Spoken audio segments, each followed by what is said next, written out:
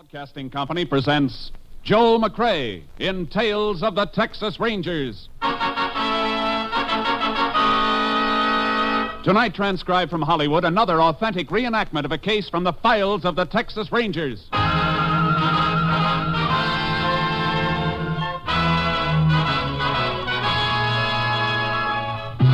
Tales of the Texas Rangers, starring Joel McCrae as Ranger Jace Pearson. Texas, more than 260,000 square miles, and 50 men who make up the most famous and oldest law enforcement body in North America.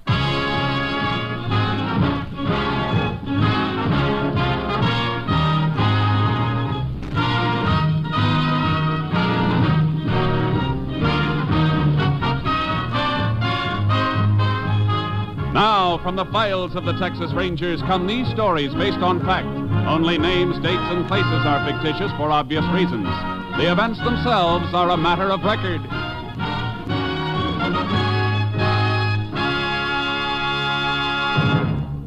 Case for tonight, Sweet Revenge.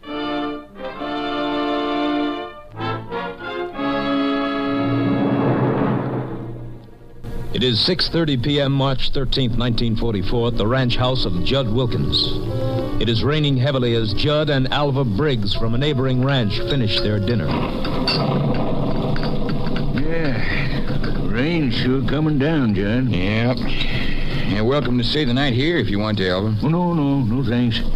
I gotta get back to my own place tonight. Told the kid who's been doing my chores over there for the last 3 days I'd meet him in the morning to pay him. I sure appreciate you helping me and Billings vaccinate the cattle. I'm planning on doing the same for you at your place when you're ready. I'll be ready in a couple of days, I reckon. Hey, a wind must have blown open the Hello, Judd. Blake. Yeah. Hello, Alva. Yeah. Well, you don't seem none too happy to see me either, Judd. Well, no, it's just it's a big surprise you popping up this way after 2 years, boy. Of course, I'm glad to see you. You're my brother, ain't you? Oh, yeah, Alva. Where's Kelly? What? You heard me, Blake. Where's my daughter? Well, didn't you hear? Yeah, what? Callie and me, we split up, Alva. Split up? Yeah, in Dallas. I thought you knew. You get her to run away with you, and then when you're through with her, you toss her to one side? No, Alva, no, that ain't true. That ain't the way of it Why, all. Alva, let go of it. Cut it out! Alva, cut it out! Take your hands off Blake! Now, stop me now.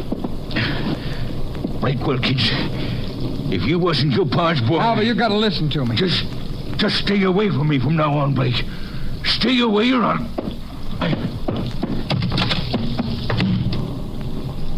Judd, Yeah? how come Alva didn't know about Callie and me? Well, you see, Blake... I can understand Callie not wanting to write Alva about it, but I wrote here to Pa right after we split up. I told him the whole story in that letter. Callie was just using me to get away from home. She left me as soon as she found somebody else that could do her more good. I told all that in my letter to Pa. He and Alva was friends and neighbors. Now, how come Alva didn't know? Paul died last month, Blake. Yeah, I know. That's why I come home, Judd. I ran into a fellow in Lubbock the other day who told me. But Pa wasn't dead when I wrote that letter. I told him I was sorry about everything, that I wanted to come back home if he wanted me to. But I never heard from him, Judd. Why not? Blake, you're making me say something I don't want to say. Even though you and I are only half-brothers, I've always felt toward you like What are you getting at, Judd? Well, hearing about you and Callie splitting up just now makes me feel pretty bad. I guess it's part my fault. You mean because you encouraged me to run away with her? Yeah. You come to me asking advice. I told you on the QT I figured you had a right to your own life, but I sure didn't know it was going to turn Pa against you like it did. Turn him against me? Judd, I want to know what happened to that letter that I wrote Pa. All right, Blake. Pa wouldn't even open your letter, just threw it away. He what? Said he never wanted to see you or hear from you again. Well, Judd, that just doesn't sound like Pa. He just wouldn't say a thing like that about me. I know, boy. It's hard to believe. You and he always used to be so close. Of course, you was his own son. I wasn't, so it's natural for things to Judd, be that are you way. sure that Pa got my letter? Why, of course. I just told you, Blake. All right. What did Pa say in his will? Well, now, everything's taken care of, Blake. I want to know how it's taken care of, Judd. Will's in town, and go in as soon as we can. I'll show it to you. You got a pleasant surprise coming, kid. You know, it's sure going to be good having you home. You come at a good time, too. We need another hand here, and I'm not sure Alva will ever be back to help after tonight. But having you back again, everything's going to be fine from now on. I'm not so sure. What do you mean? Alva, the way he feels about me, I don't like things like that. Oh. Well, don't you worry about Alva none, Blake. You get over it. You know, I think I'll take a horse and ride across to Alva's place. Tonight? Yeah. See if I can get things straightened out with him. Afterwards, I could stay on at the shack the rest of the night. It's about halfway. That way I'd be out there to lend you a hand in the morning. Is there bedding and food out at the shack? Yeah, plenty of it. Okay, Blake, if you want to go. But if Alva don't listen to reason, don't you argue with him. And don't be afraid of him. He won't harm you as long as I'm alive and kicking. Yes, sir, Blake. I'll take care of you from now on.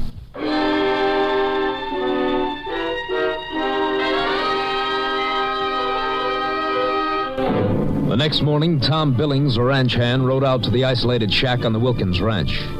He discovered the dead body of Blake Wilkins lying in front of the open doorway. Sheriff Hedges was immediately notified and requested help from the Texas Rangers. Ranger Jace Pearson was assigned to the case. Morning, Chase. Howdy, Sheriff. Whoa, Charcoal. Any trouble getting out here? No, pretty heavy going, though. Must have been some rain last night. Good thing you didn't try to come out in your car. You'd have been huff deep in mud halfway. Yeah, that's what I figured. I've already talked to the half-brother Judd back at the ranch house. He's pretty broken up. But I figured you'd want to look at the scene of the shooting before you did any questioning. Yeah. You find anything, Sheriff? Yeah, a couple of things. They left the body right where it was, though. Medical examiner's on his way out. Whose horse is that in the corral? I figure it's the one Blake Wilkins rode out here last night. Followed the tracks out here, just one set of them. Any footprints around? Well, couldn't see any. A lot of gravel, rocks around. Yeah. Okay, let's take a look at the body. Lying in front of the open door. Bullet ended over the right eye. The rain must have washed some of the blood away. Bullet came out the back of the head, higher up. That means it was traveling in an upward angle. Yeah, that's right, Jace. Went clear through him and then carried through the shack. Come on inside, I'll show you. You got the bullet here in my pocket. We found it out back. Here it is. What's left of it. Sure smashed up. I'm afraid it won't help us any. You take a look at the roof, Jace. Back wall over that shelf of provisions. Yeah. It's the bullet hole, all right. Let's go back outside. I'd say Blake was just about your height, Sheriff. Looks like. I want you to stand here beside the body and hold your hand out of the level of your forehead. My forehead? Yeah. That'll represent the approximate height of the bullet when it hit Blake. There, that's it. What are you backing up for, Jace? I'm sidelong your hand in the bullet hole in the roof. I get it. You're trying to figure out where that shot was fired from. Yeah. And it's leading me straight to this old watering trough. Okay, Sheriff. You can take your hand down. You figure the killer was hiding behind the watering trough when he shot Blake? Behind it or in it. Bottom of the trough's split. It doesn't hold any water. Don't see any footprints around. Whoever it was could have walked on this gravel and rocks over to that gully there. And there's water in the bottom of the gully. Well, however he did it, he sure covered his tracks. Guess Blake must have heard a noise outside the shack, come outside and got shot. Yeah. But I'm wondering what Blake was doing out here at this shack in the first place. Search me. Didn't even know Blake had come home till I got the report of the shooting this morning. About 2 years ago, he and Callie Briggs from the next ranch over ran off to get married. According to Judd, Blake returned home just last night. And made a beeline out to this shack in the rain?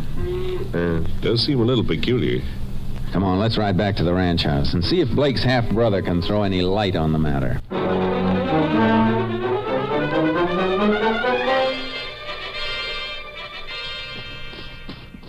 No doubt about it, Jace. That horse at the shack is the one Blake rode out there last night. We backtracked the hoof marks all the way here to the ranch house. Yeah, just one set of prints, all right. Well, we thought it was heavy going for our horses this morning. Must have been a lot worse last night from the way those hoof marks of Blake sank down in the mud. Yeah, I noticed that.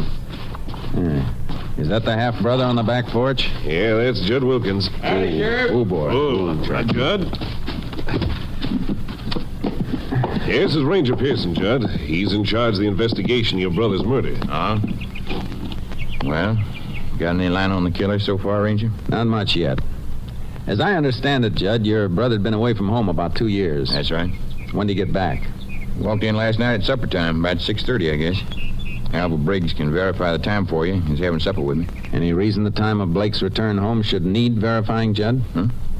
No, I just figure you want all the facts straight, Ranger. Yeah. What happened when Blake walked in? Well, right after Blake walked in, Alva walked out. Oh? Why? When Blake told us he and Callie had split up. Seems Alva didn't know anything about it. Neither did I, as a matter of fact. But Alva, being Callie's paw, took it pretty hard. Seemed to hold it against Blake. Guess he thought it was all Blake's fault.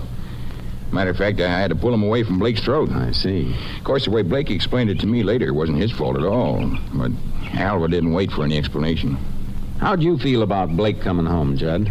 Well, I reckon the way any brother'd feel. I told him I was glad he's back. It'd be good to have him help me with the ranch. Judd, there's one thing that's bothering me. Maybe you can throw a little light on it. Yeah, what is it, Ranger? How come your brother went out to that line shack the first night he got home? All right, decided to ride over to Alva's and try to straighten things out with him. He said he'd stay at the shack the rest of the night so as he could give us a hand of the rest of the vaccinations first thing in the morning, so off he rode. I see. What time was that?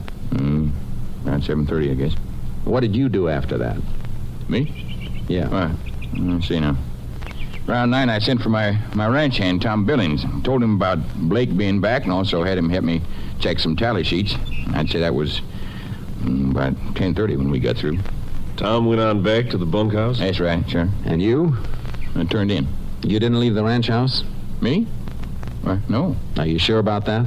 Of course I'm sure. What are you getting at, Ranger? I'm just trying to get at the truth, Wilkins. Now, wait a minute. You think that maybe I killed Blake? I'm not thinking anything right now. I'm just asking questions. I don't like the kind of questions you're asking. Think I'd kill my own brother in cold blood? Take it easy, Judd. Look, Ranger. You know who discovered Blake's body? Tom Billings, my own ranch hand. You know how he happened to ride out there this morning? Because I told him to. I wanted to meet Blake and start to work. Now, would I kill Blake and then go out of my way to make sure his body'd be discovered? It'd be pretty stupid, wouldn't it? Well, Judd, I'll go along with you far enough to say a stupid man wouldn't have done that. Nah, I didn't kill Blake. Then you got nothing to worry about. Yeah, I know. Sorry I lost my temper, Ranger. It's just that a thing like this hits you pretty hard. Yeah, sure. Where can I find this ranch hand of yours, Tom Billings? He's waiting for you down at the bunkhouse. I told him to stick around in case you wanted to question him, Jace. Good. Let's have a talk with him, Sheriff. Whoever that skunk is, Ranger, I sure hope you get him. Thanks. What do you think, Jace? About Judd Wilkins? Yeah.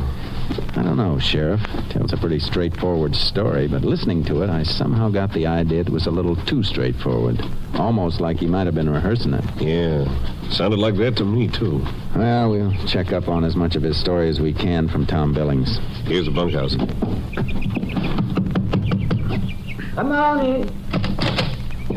Howdy. Tom Billings? That's right, Ranger.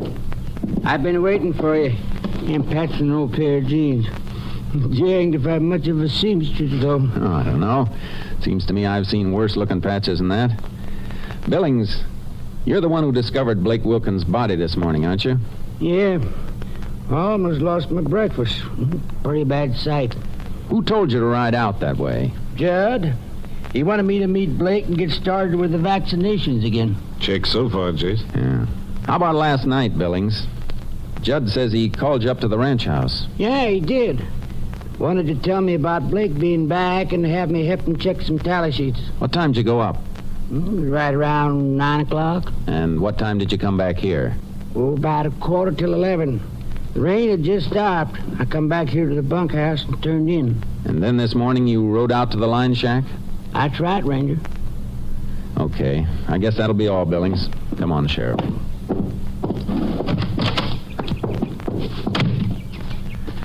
Well, one thing sure, Jace. Judd's time last night is accounted for from 9 till about 11:15. Yeah.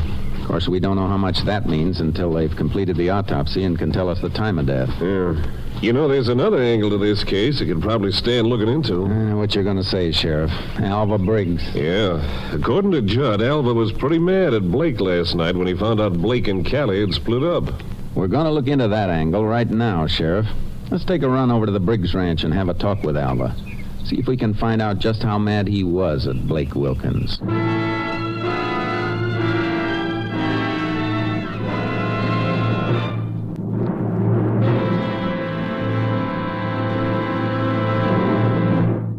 You are listening to Tales of the Texas Rangers, starring Joel McCrea as Ranger Jace Pearson. We continue now with tonight's case, Sweet Revenge, an authentic story from the files of the Texas Rangers.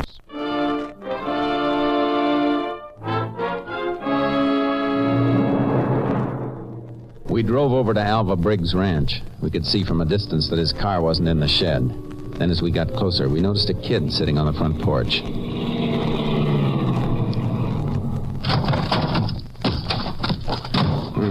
Who's that kid over there?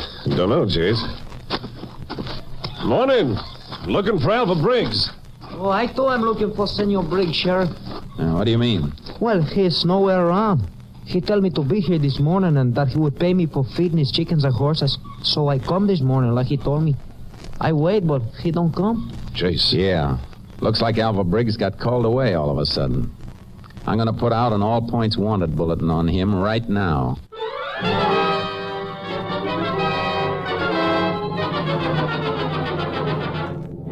Checking in town, I learned that Alva Briggs had caught the Dallas bus that morning. I notified Company B. 4 hours later, Briggs was picked up at the Continental Trailways Depot in Dallas by Ranger C.B. Wade, who brought him back to Sheriff Hedges' office. After a brief talk with Ranger Wade out in the hall, I came back into the room. I'd like to know the meaning of this, Ranger. We'd like to know why you suddenly decided to take a trip, Mr. Briggs. I reckon that's my business. You're wrong about that. It's our business, too. Way it looks right now, you get mad at Blake Wilkins, he turns up dead, and you leave town. But I didn't even know about Blake being killed till that other ranger picked me up getting off the bus in Dallas. I still want to know why you took off from your ranch this morning. All right. Last night, Blake told me he and my daughter Callie had split up in Dallas. It come as a bad shock. So this morning, I decided to head for Dallas, see if I could locate Callie and find out what happened. Get her to come back home with me if she would. I see. You left the Wilkins ranch about 6:30 last night. Oh, that's right. Where'd you go? Home. You stay home the rest of the night? Yeah. Any way of proving that, Alva? I guess not. I live alone. Ranger, I didn't kill Blake Wilkins. Sure, I felt like it for a second or two when he told me about him and Callie, but thinking about it later, I got over it. Guess when a couple splits up, it ain't ever completely one person's fault. I didn't kill him. And if you didn't, you'll want to cooperate then. Cooperate? I'm asking you to postpone your trip to Dallas. I want you to keep yourself real handy until this investigation's wound up. All right, Ranger. You'll find me at my ranch. He's got no alibi for any part of last night, Jace. No, he hasn't. There are a couple of things that make me doubt that he killed Blake. What are they? If he did kill Blake, why'd he wait till this morning to take off from his ranch? Well... Another thing. Alva walked out of the Wilkins ranch house right after Blake arrived. How'd he know Blake was going to be out at the shack? Why, Blake told Judd he was going to ride over and talk to Alva. Maybe that's how Alva found out. But we know Blake never got as far as Alva's place. Those horse tracks led right to the shack and stopped there. See, that's right. You think Judd was lying to us, trying to make it look bad for Alva? I don't know. Then there's the matter of motive. You find out, like Alva did, that your daughter split up with a guy and you think it's his fault. You might knock a few teeth loose over it, but as for killing him on account of it, I don't know. Well, speaking of motive, how about Judd? That's just what I'm going to follow up next, Sheriff. See if I can find a motive for Judd Wilkins to kill his half-brother.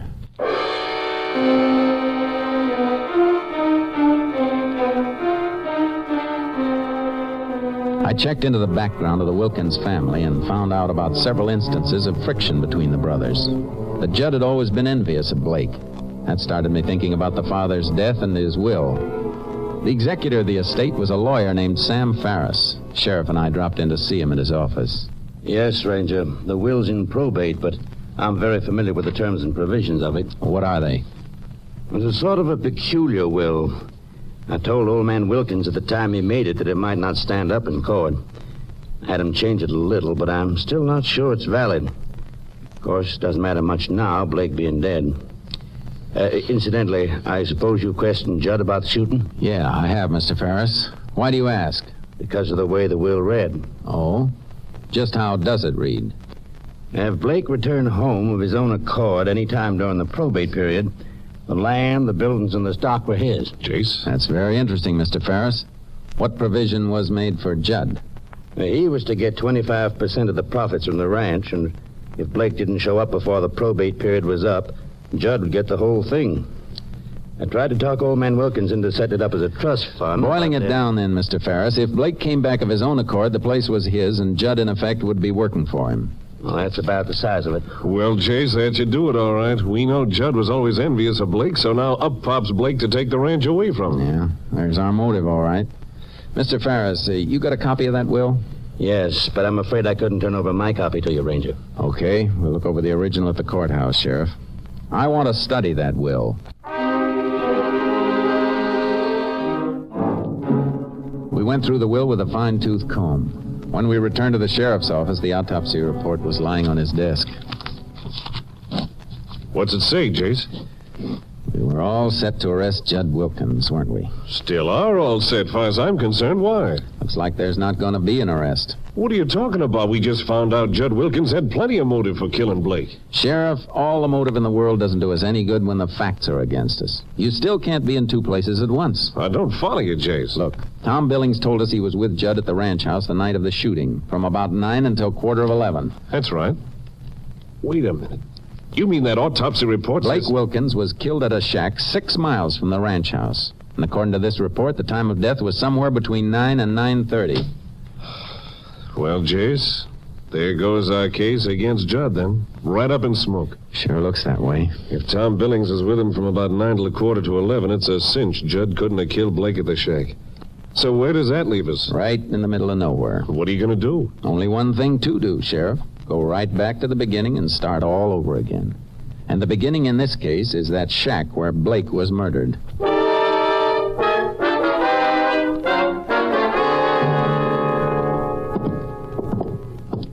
Jace, hanged if I see what good this is doing us. We've gone over this shack just like we did before. You had me hold my hand up again, you sighted along it to the bullet hole in the wall, and we're still no further along than we were. I know it, Sheriff. Only thing I can figure is that we don't have all the facts in the case yet. Maybe somebody else we don't know about shot Blake. I think we've already got all the important facts, Sheriff.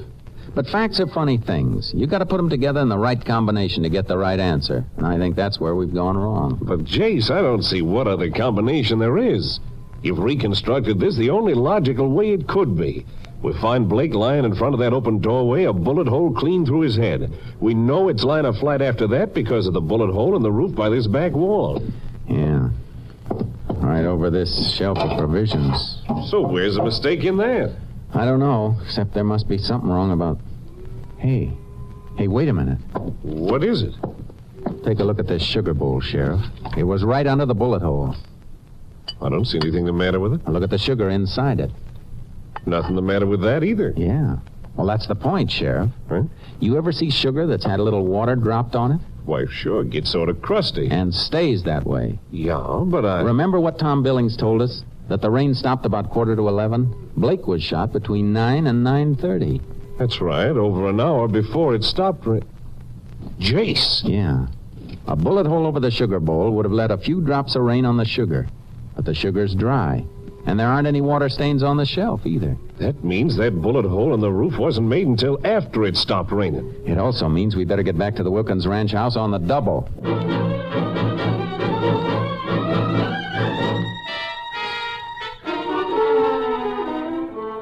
We headed for the ranch house. Judd was nowhere in sight, which suited me fine at the moment. We eased inside the house. I didn't find what I was looking for in the front room, so we went up into the bedroom. What do you figure on finding up here, Jace? I think I've already found it, Sheriff. That calendar on the wall. Looks like it's hanging mighty high. Yeah. Let's take a look behind it.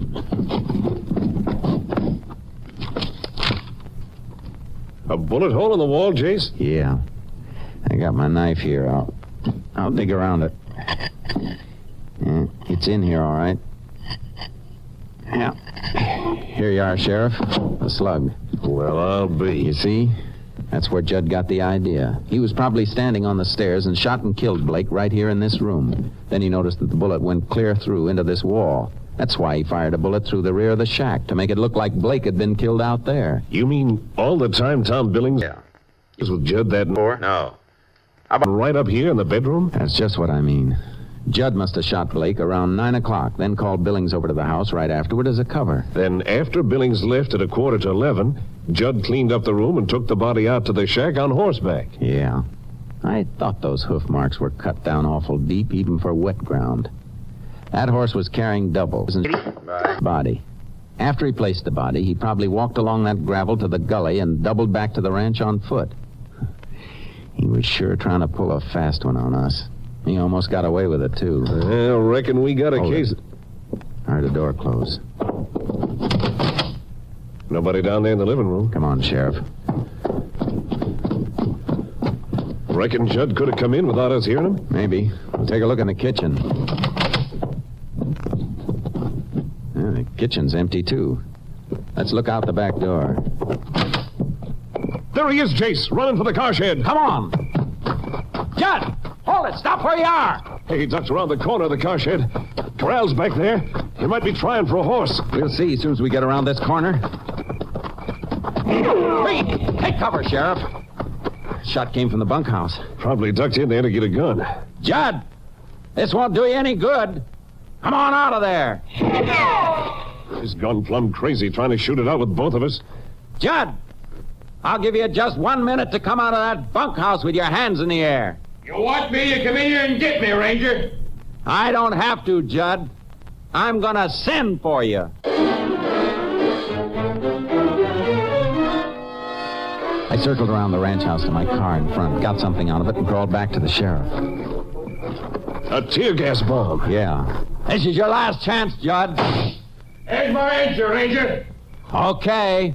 Here's mine. Hey! Come on, Sheriff. Let's ease up closer. He'll be coming out of that door any minute now. Tear gas. Ranger, you... I'll take this side of this door, Sheriff. You take the other.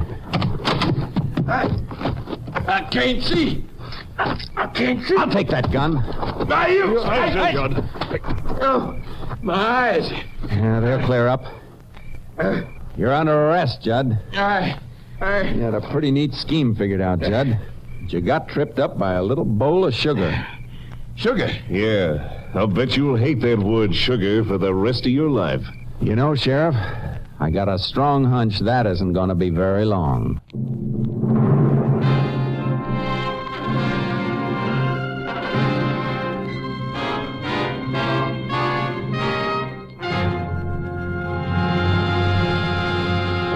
Judd Wilkins was tried and convicted of the murder of his brother Blake. On the morning of June 16, 1945, in the state penitentiary at Huntsville, he was executed in the electric chair. Next week, Joel McCrea in another authentic reenactment of a case from the files of the Texas Rangers.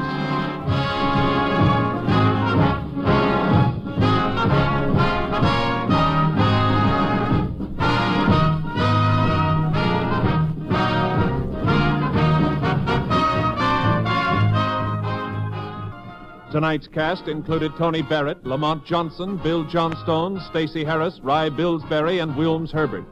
This story was transcribed and adapted by Bob Reif, and the program was produced and directed by Stacy Keach. Hal Gibney speaking.